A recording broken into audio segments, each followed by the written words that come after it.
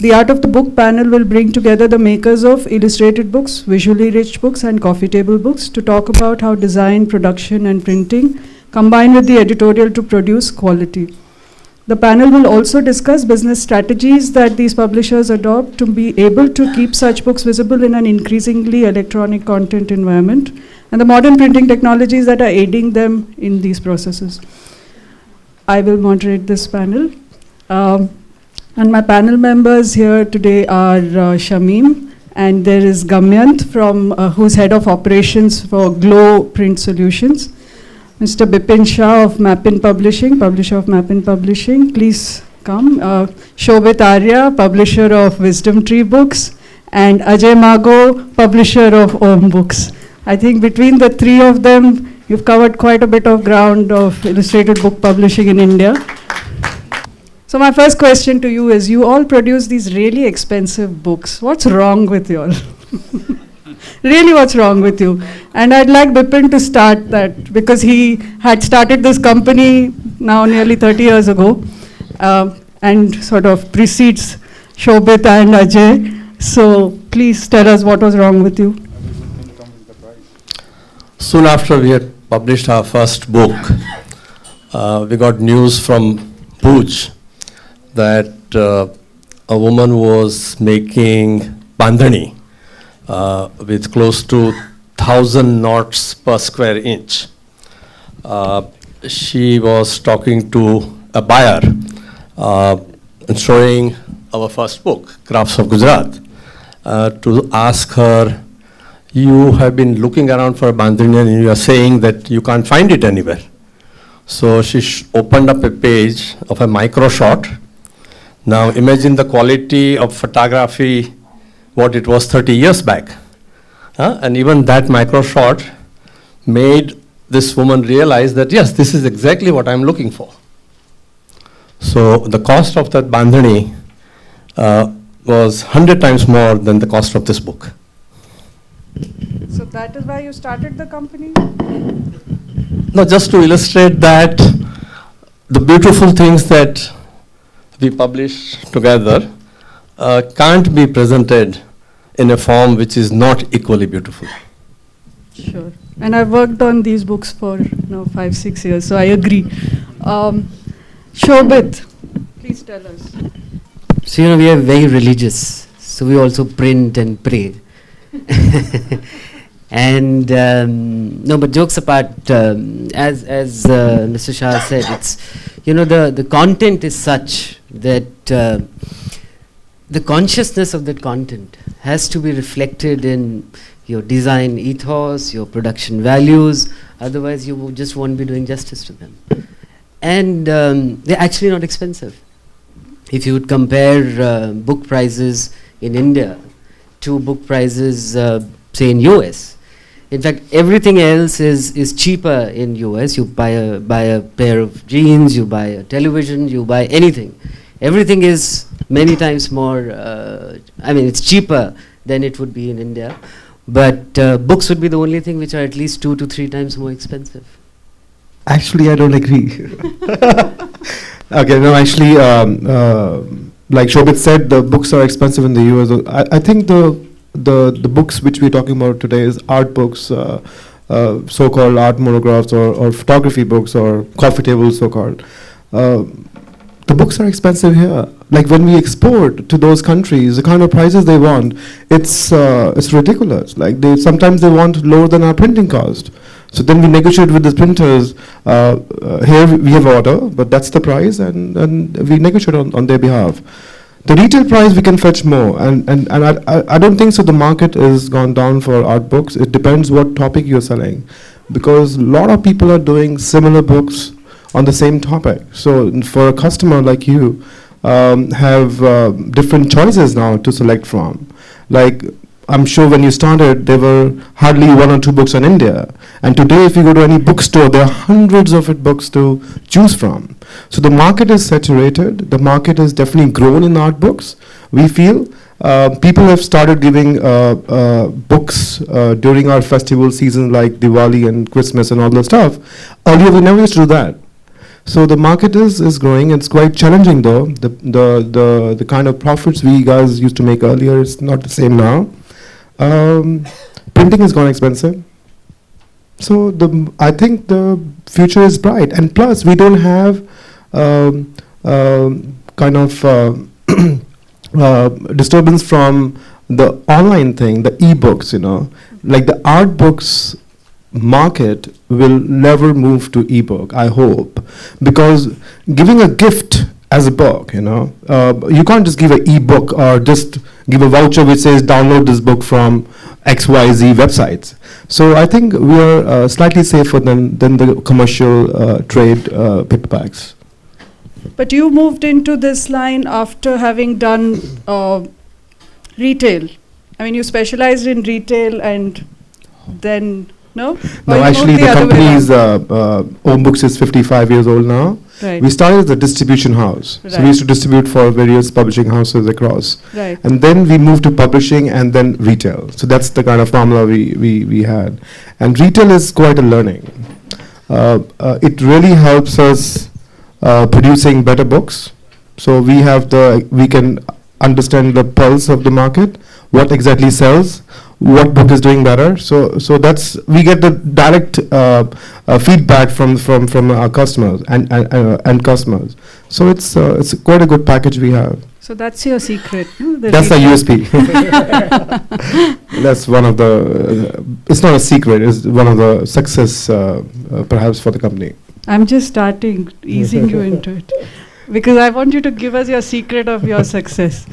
But in terms of quality benchmarking, what are the points at which these kind of books, what kind of quality benchmarking is necessary? And I want Shobit to start with this.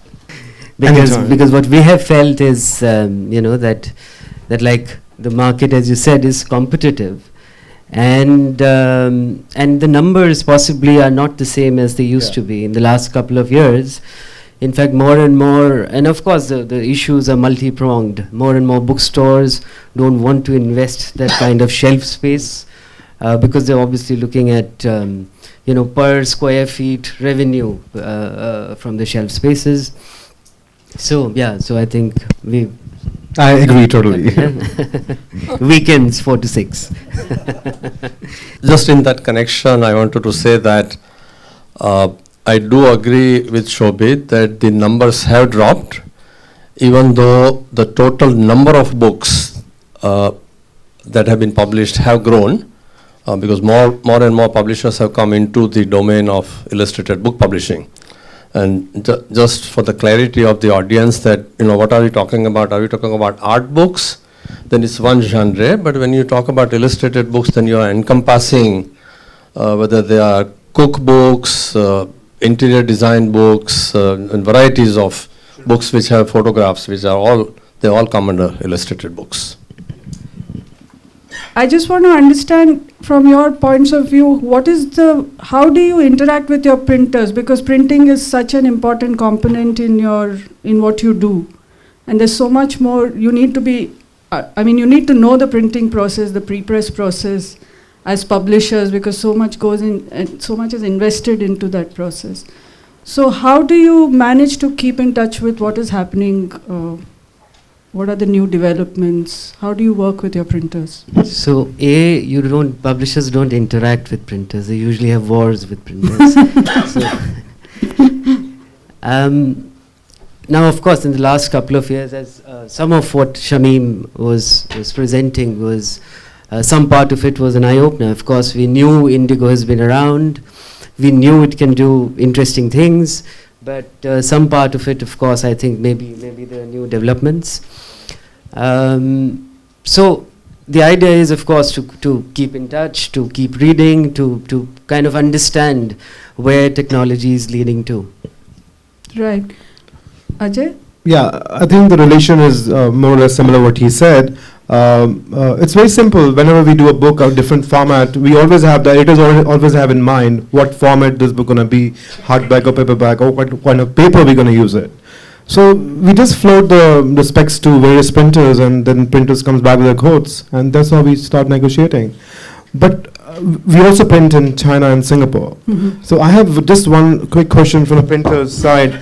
even though the Indians are using the same printers, same printing machines, same similar paper, but the kind of packaging is available in this country, it's still not the way we get it from China or even Singapore.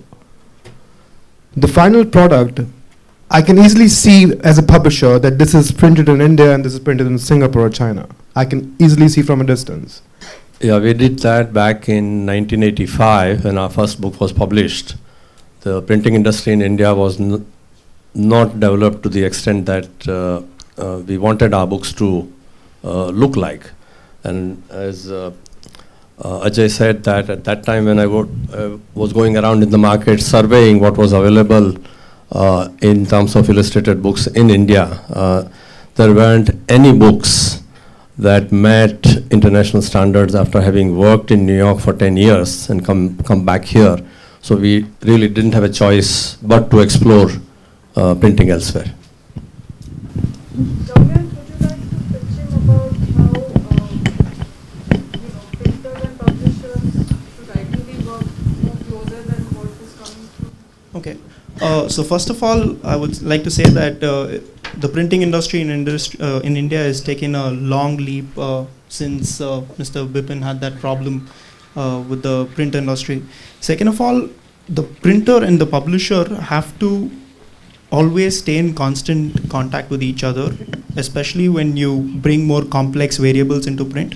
For instance, like Orasma or augmented reality or variable data. These are things that are, these concepts are developed with the technicalities and the actual parameters that are given by the printer. So there should be a very close relation between them, not wars, but peace talks.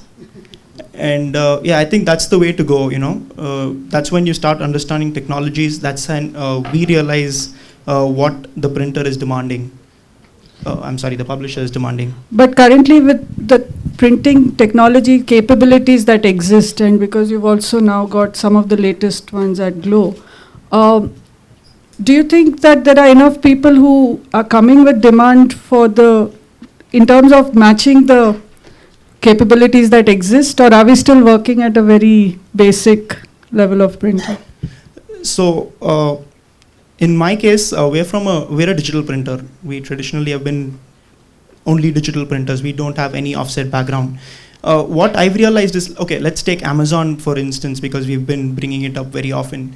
So when you take that market, first there were offset books as such, and then there were POD, print on demand. We call it the Amazon method of publishing. And then we had ebooks back in US, and they still continue to coexist between them. But in India, what happened was, at least from the printer's perspective, we went all the way from offset books. We took the huge leap towards ebooks. We're talking about offset books as the past, the ebooks as the future, but we're ignoring completely the present. A lot of problems that the publishers ended up bringing today and yesterday were issues that can easily be solved by print on demand. But do we have the infrastructure for print on demand? Yes.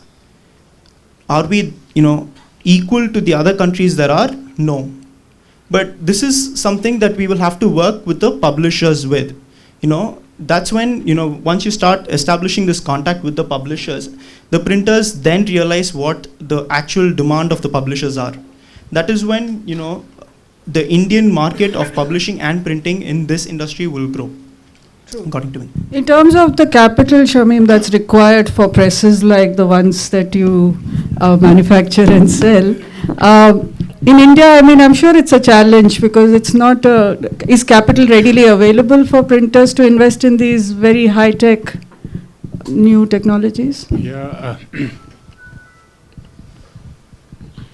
Yeah, the capital is not a challenge. In fact, HP themselves has a financing arm where we judge the capability of the unit, and if they are capable of payback, then we HP has a funding arm which funds these equipment, and we work with the financing arm very closely, and they are ready to fund these equipment. Mm-hmm. So that's not a challenge. You think you may want to differ? First of all, I would like to point out that 90% of all offset machines that are running are second-hand. I'm guessing someone from Print Week can back me up on this. Okay. But again, on the digital side, 90% of all machines are first-hand machines. So that's where your capital as an investment lies. You have to count in the actual investment bait, not only for the printers, but also the R&D that has to be done along with these printers. So that is where the actual difference between the offset and the digital printers lie. So we see a huge future for it, and that's where we're investing as well. But again, it's like the publishing industry, you print and you pray. Exactly. Bipin, in terms of the understanding of pre-press that publishers like you need to have, pre-press processes, what are the points at which other publishers can actually just, if I was a publisher trying to pick your brain, what are the points I need to keep in mind if I was doing this kind of publishing? The quality of art books is the most important element, where not only images but the text play an important role. Unlike a good content for a fiction or a non-fiction book, if it's produced on a slightly lesser quality paper, or if the output of a book is not as good looking, then people will still enjoy reading that material, which is not the case, particularly when the art books are so expensive that people would not be willing to pay a high amount of money if you are not producing a quality product. So every single component that goes into making of a book, whether it's the quality of the photograph, the color corrections, eventually the printing, and same component that go into making of an edited text for fiction, there of course you have much less control over what you can do in terms of editing, while in art books one needs to still go through the external readers to vouch for what the text given, what is the quality of the text that has been given to the publisher, and then eventually look at in terms of how the presentation of the material has happened, whether the text requires rewriting, repackaging. So the number of components that go into getting the text right, which may not be the case in many of the fiction books or even non-fiction books. So this is a very important element which one needs to really pay attention to. But I mean, in non-fiction, one has to pay attention to that. Yeah, particularly if there are no images involved. So here the correlationship with the images becomes very important. True, but I'm talking specifically about the technicalities in terms of, and maybe I'd just like Shobit to talk about, You're because talking you were about stuff like gripper margins. Publishers like you actually go into and sit on press. As publisher, you go sit on press, you take charge of the entire production, at least supervising of production, and that's an important, otherwise these books wouldn't look the way, I mean, you also do that, that's what I'm saying. Yeah, I think most of us, and that's actually maybe, we were discussing about the fact that the gap between the publisher and the printer.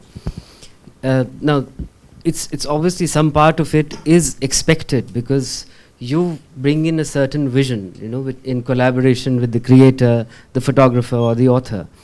And you understand exactly how you want. It's like a music director, and then you have a singer. So similarly here, and then there's a studio. Similarly here, you have a publisher, and then you have a printer. Some part of it, there's an information loss, and just to curb that information loss, that communication gap, one needs to closely supervise that. And then there are issues, if you talk about pre-press, even after 15, 16 years, 18 years of publishing, we still see issues with things like bleed margins, as simple as that, There would be concerns where you would start seeing white areas after binding. So even those very basic things which are usually taken care of, because of the way systems work here, they have to be supervised to the extent that you want an absolutely brilliant product. So to correct that, all those mistakes which happens, now these people offer digital machines. So what we do before we print the actual book, we definitely make a digital book now. which is not as expensive as it used to be earlier, all the press proofs and all the stuff. So every book we publish, we make a digital copy of the book. So on that particular book, we make all the kind of corrections, whether it's bleed or whether it's picture correction or it's too dark or whatever, so that really works out very well, and it's not expensive. Sure. Do you manage? Do you have a design studio in-house? We have a design for studio the in-house. volume. Yes. What are your volumes of titles in a year that you produce? We do between 100 and 150 titles, which includes children's and adults. Yeah, Okay. fiction, non-fiction, Okay. coffee table, and we do picture books in children. Yeah. I know Mappins, we are at about 12 to 15 titles a year. And Shobit, what are your volumes? Approximately 20 to 25, and that's been consistent for the last 12, 13 years. Okay. But they're not all illustrated. They're It's a not mix. all, It's a okay. mix. Okay. Damayanth, in terms of, because we were talking about POD capabilities and short-run, solutions that digital presses offer, I want you to sort of talk about that to publishers, that how does it help them? Because per unit cost might be higher in this case. But how does it help in inventory management? Because this is something even HP's Vinny had given us a very lovely presentation in Global Local. And I thought some of those ideas would be helpful for publishers to know. I would like Shamim to answer this first before I Okay. comment. See, in our market, irrespective whether we know the sale forecast or not, we don't know how many copies we're going to sell. We go to the printers and printer says the 1,000 copies is viable. So forcibly we have to print 1,000 copies. So these 4,000 copies come and stay in the inventory, and then as I said, print and then pray that this book will get sold. So if the book got sold, it's fantastic. Otherwise, because these books are very expensive. So if it doesn't sell, so it goes for pulping, and there is a warehousing cost, there is a cost of capital which is involved. So what we say is, why to print 1,000 copies? Print 100 copies, and maintain a minimum stock levels, and replenish your stocks as and when the requirement comes.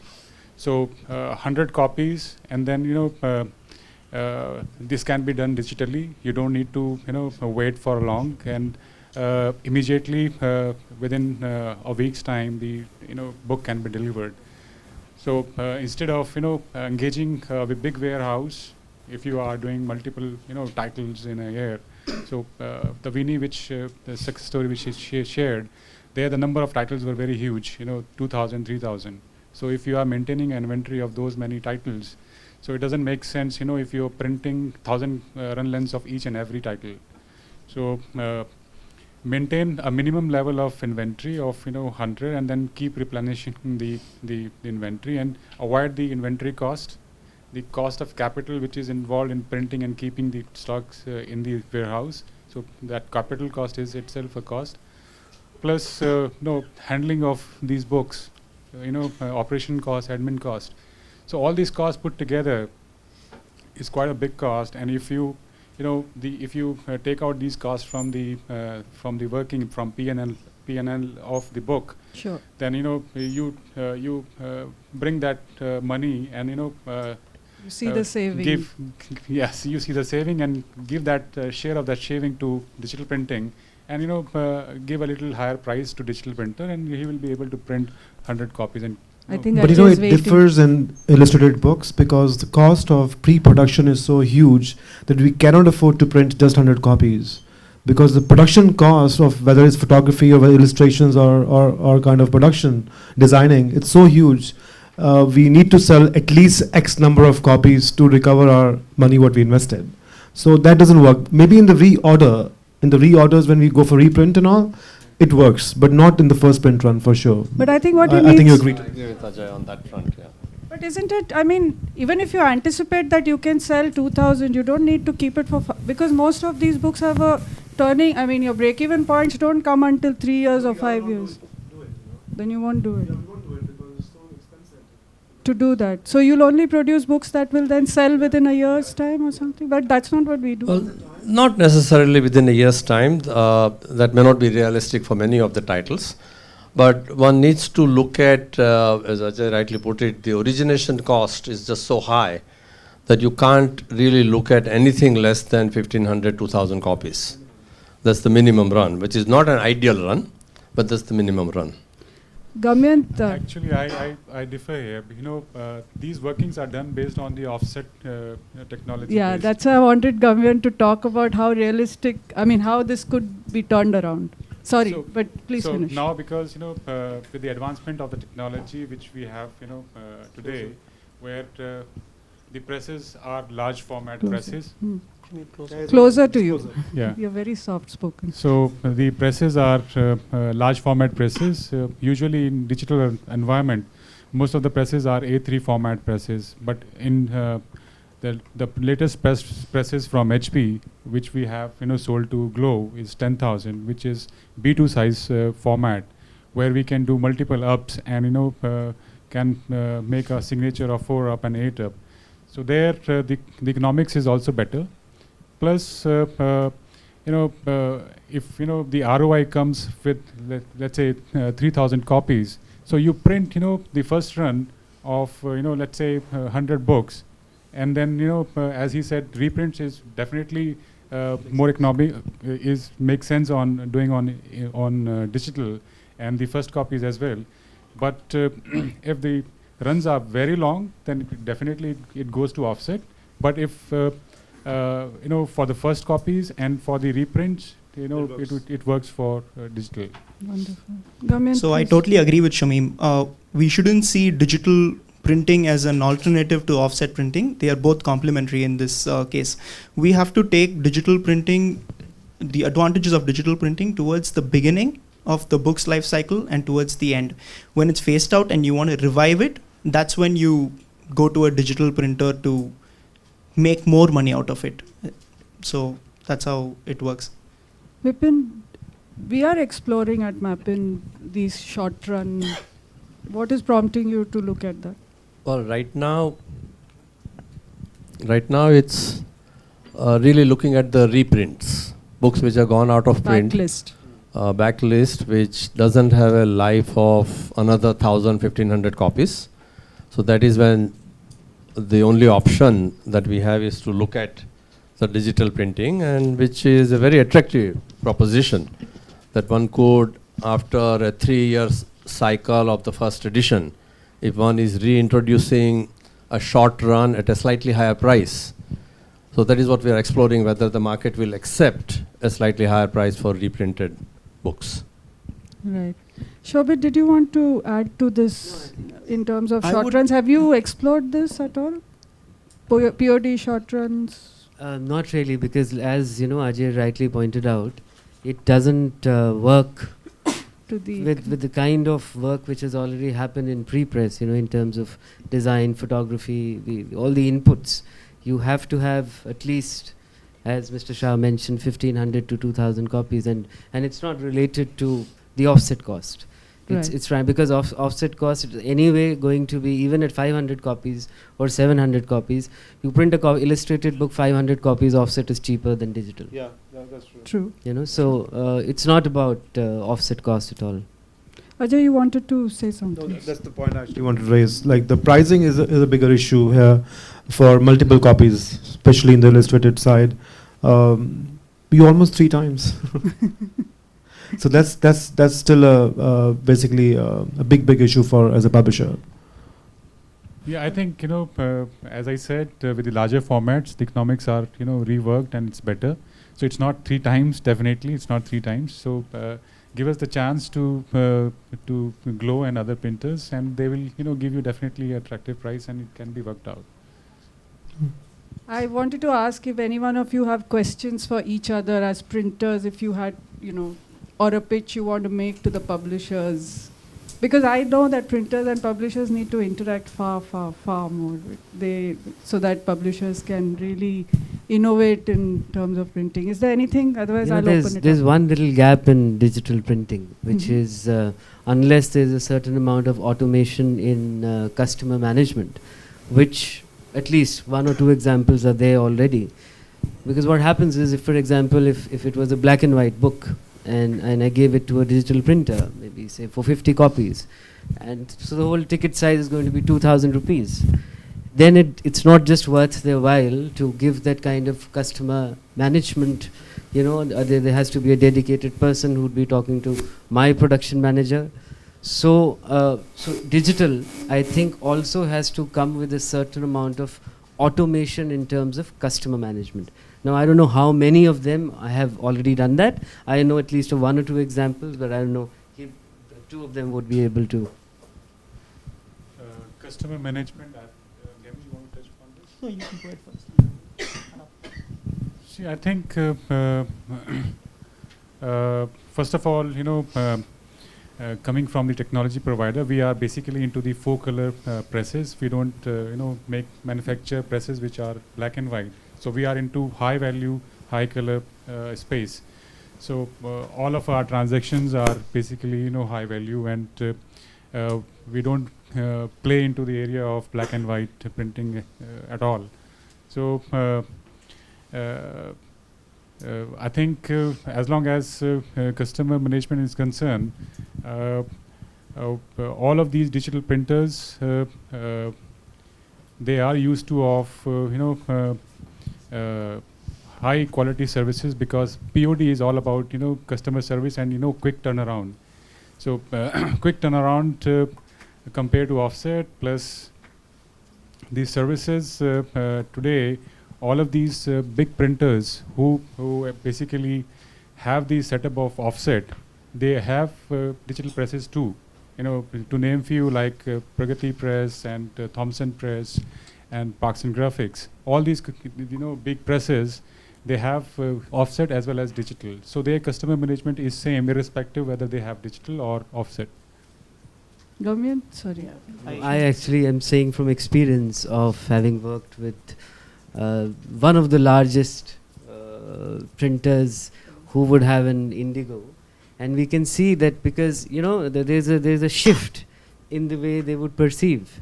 Now, there may be the case that because they are already into offset domain, and that's possibly 90% or 95% of their revenue, but, and you can very well imagine, you can very well understand. So if drawing from what you said, that it's not 3 times, and if I were to say that, you know, an illustrated book costed me 200 rupees in offset, you said it's not 3 times, say it's 2 times, let's say it's 400 rupees per copy, and I wanted 50 copies of that.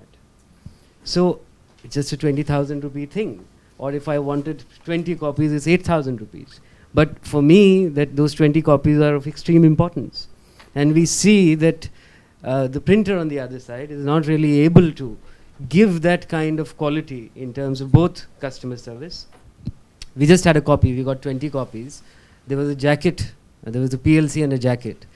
While the jacket size was well within 13 by 19, which is usually the size of the book, we still had a situation where he had taken 2 printouts and joined them on the spine. And I could just take, Mr. Saikia mentioned about Daryaganj and all the print publishers and everything there.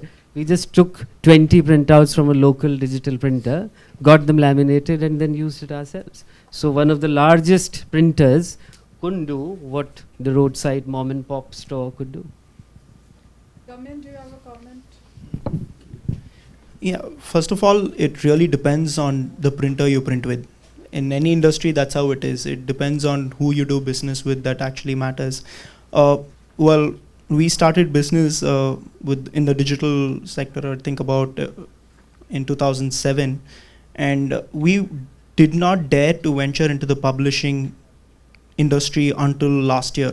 The reason being, we knew that the 1218 size, fixed size, would not work for this industry. That is why we made sure that you needed a press that could print on a higher side, which you can do more impositions on. And fortunately, HP came out with one, and fortunately, we have one. So that way, you know, it actually depends on the flexibility of the printer and the priorities of the printer. So if POD is the printer's top priority, and if, you know, you have a relationship with him where he actually ends up delivering it at on time, then it's good for you. But again, it's a hit and miss in every industry. That's how it works. You can find a good author, you cannot find a good author, you can find a good publisher, you can't find a good publisher. But since we are talking about a small ticket size, how are costs inbuilt, to put it directly? I mean, if something, the ticket size in itself is 4,000, 5,000, 8,000 rupees, but for me, I'm going to be, obviously, as a publisher, be finicky about things, be particular about things. I would want things in a certain manner, in a certain time. And so is the model, does it have the space for you to really maneuver within that space? it really depends on how, I'm generally answering this question, in general terms. It really depends on how well equipped the printer is, or how flexible he is, that pricing comes into play, because it really depends on how automated he is, how much he's invested in pre-press and post-press. That actually matters. In the printing field, it's not only about the printers. It also involves a lot of the pre-press setups and the post-press setup. So it really depends from printer to printer. And generally, I will not be able to answer your question, but off the records, if we have a talk, and then we'll be able to Shamim, come to a just one conclusion. second. Yeah, I think companies like Glow, where they are 100% digital, and they are used to of taking up multiple short-run jobs, day to day and month to month. So they know, the kind of expectation customer expects from them, and they are, handling so many transactions per day. So companies like them are used to of such expectations, and they are managing such expectations currently. My point largely was, for example, there's a digital press. What they've done is they've given us their costings for a particular size, for a particular kind of paper, and all that we have to do is go on their server, upload our files, and we can cost it ourselves because costings are done. So all that we're doing is they know our address, we're just uploading our files and putting an online print order saying 100 copies of this book, right? That kind of automation, I think that's where, if that kind of investment is made, that actually may solve this issue. And that's the gap. But that goes for even offset printers as well, right? They're not using. Everyone has that system, but they're not using it because they still believe, we still believe that the personal connection and the printer visit the publishing house or the publisher visit the printing press is much more, comfortable in getting the prices, getting negotiations done. Sure. So I don't know. I think it's the country, it's the culture we have. Vipin wanted to. No, I think one needs to understand the distinction on print on demand for illustrated books and non-illustrated books. There are completely two different genres and the two different kinds of problems they face. Second issue that relates to illustrated books is new illustrated books for print on demand and reprints on print on demand. Now, publishers are under pressure on the P&L in terms of number of books that are being sold. So what one needs to look at it is to say, how do you capitalize on the books that you already have available digitally? And if they have gone out of print, what are the ways that you can monetize your ready DVDs and files which are sitting in your office? And I think we may have to think out of the box to say that, okay, traditional distribution model for reprints of out-of-print titles may not work because of the costs involved. So we may have to look at options where distributors need to be taken into confidence, and we may have to also look at the online sales in a manner which is not offering the same discounts to online distributors or the mortar distributors.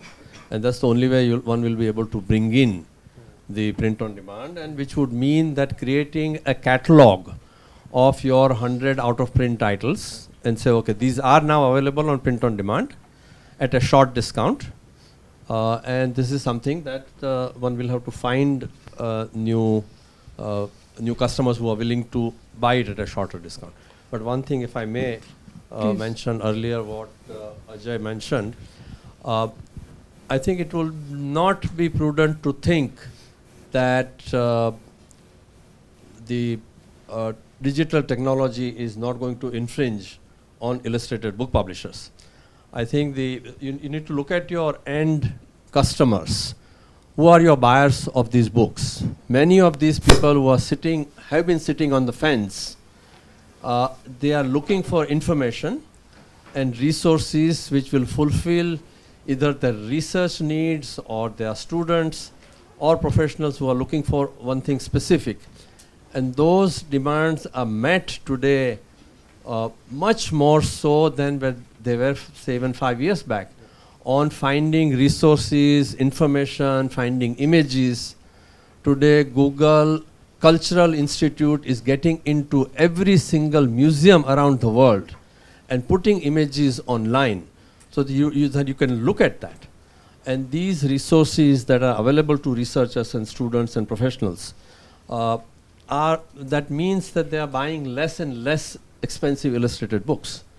So how do you ensure that you stay in business, you continue to create new publications? And one way is to look at the digitization of your books. Now, Yale University Press had commissioned a survey to Wharton School of Management about 2 years back, trying to find out, which I don't think report has come out yet, trying to find out why illustrated book publishers have not even taken off compared to the rest of the publishers in the world. And it will be interesting to see what that report is going to come out with, to see what are the reasons why they are unable to do this. So as publishers who know the medium of high-cost illustrated publishing, do you or don't you encourage self-publishing by artists? And if you don't, why is there a resistance when an artist comes over and say, these are my photographs? Of course, there's editorial intervention, but if it's an expensive medium and there are more artists than there are published books, why don't we see self-published books? It depends on what kind of book you are talking about. If you are looking at a photographer's album, where there is not really many components of text that goes into it. Now, if the photographer himself or herself is also a graphic designer and is able to put it together in a manner which, if he or she is trying to sell these books, then by all means it can be considered through the digital medium, where you are not spending so much money. You yourself are a photographer or an artist, so you don't have to pay any royalties involved in that. So that is an option that certainly is available for very short runs. We do publish several titles, which is basically by the author's money. Exactly. But the problems what we face in those kind of books is they demand a lot. Like, they listen less and demand more. So that's the problem. So we don't encourage, because when somebody's coming with 10 lakh, you need a lot of investment in, first of all, illustrated books. So if somebody come with 10, 15 lakh rupees worth of money, so he demands a lot. He demands a lot of other features, which as a publisher, sometimes is very, very hard to fulfill it. Shobit, do you do author-sponsored books? No, as a matter of principle, we don't. Any other question? A couple of you mentioned that in the last couple of years you've seen that the market for illustrated books has shrunk or is reduced. I was wondering, do you think it's related to the fact that either it's an effect of the economy or that it's a type of book that's getting outdated? Or if the retailers are not giving it space? Or if the retailers are not giving it space? I think It's they all all have of that. opinion on this. It's all of that. No, actually, like I said earlier, the market is definitely saturated. The market is, I would say, grown, but because the number of titles are so many, so the number of copies have shrunken down now. So we used to sell, if we used to sell 5,000, 10,000 copies in 3 years, now we sell 4,000, 5,000, because there are many other books of the same nature available in the market. So, and again, the economy is definitely down, so a lot of people don't gift anymore now. No, but I think besides the slowing down of the economy for last couple of years, the onslaught of online booksellers, what has resulted in is that the footfalls in bookshops have considerably dropped. And illustrated books cannot be really bought online unless you know either the artist, the photographer, and the publisher all together to judge what that book is going to be like. So I think the lack of footfalls certainly has affected the sale of these titles. And that's something, I mean, all of us would have experienced it, that how do you discover a book? When you walk into a bookstore, not Amazon or Flipkart mentioning, oh, people who bought this book also bought this. That's not discovery. Discovery is when you're walking in aisles and you discover something, either a title or an author that somebody had told you about, or you read a blurb on the back of it. That's what discovery is, and that discovery, these online stores will never give it to you. They might if the algorithms start becoming so much better and refined. You never know. Don't say never. Then the robots will be publishing. Exactly. Shobit, did you have a comment on? Okay, I'll release you. So we'll just wrap up.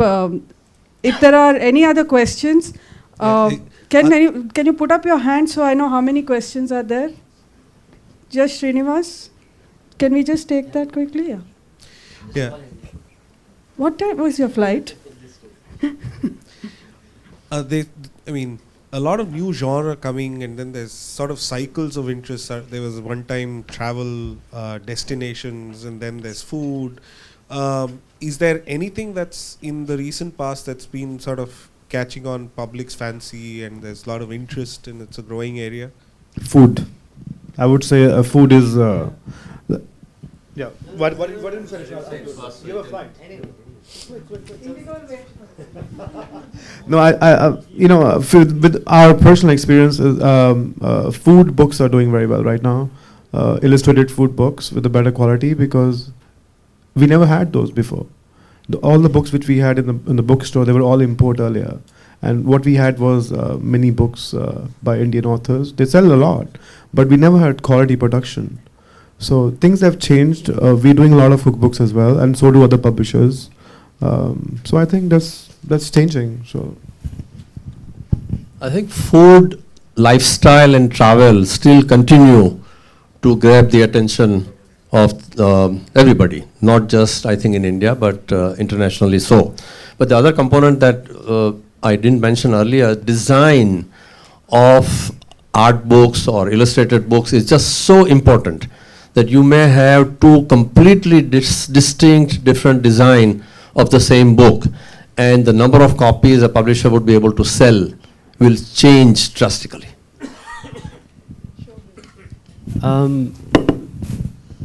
What I feel is that with any maturation of a field, what really works is, you know, when you're distilling it further. So while the cookbooks work, art books work, I think every field still works. It's just that it has to be a good book. And now, because of the competition, it has to be better than a good book. Just that you spoke of discovering books in a bookstore. I'm curious to know what you do as publishers to make people discover your books. Do you invest in marketing at all? We do invest in marketing in different ways, not necessarily advertising. One is to use our emailers to go out to a focused market.